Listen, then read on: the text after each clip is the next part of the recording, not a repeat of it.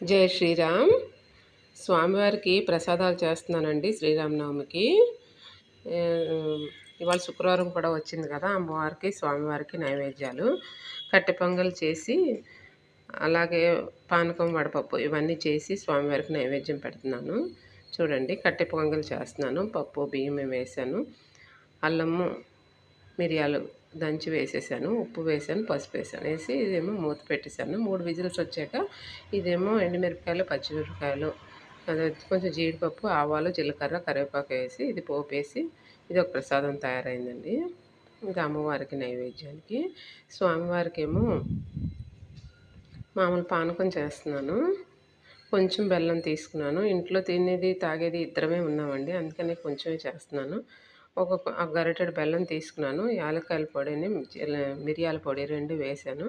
అది కలిపి పానకం తయారు చేశాను. కొంచెం ఏమో తులసాకు వేసాను. ఎందుకంటే వడపప్పులో కూడా ఒక తులసాకు పెట్టి కొంచెం బెల్లం ముక్క పెట్టి నైవేద్యం పెట్టేశాను దేవుడికి.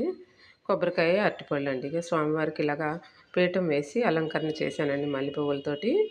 చూడండి ఎంత బాగా కనిపిస్తుందో. వేసి ఈ పానకం, వడపప్పు పెట్టాను, కొబ్బరికాయ, అరటిపళ్ళు. అమ్మవారికి ఏమో పొంగల్ నైవేద్యం. తాంబూలం పెట్టి దీపం పెట్టి దండం పెట్టుకున్నామండి, అష్టోత్తరం చదివి. నా వీడియో చూసినందుకు ధన్యవాదాలండి.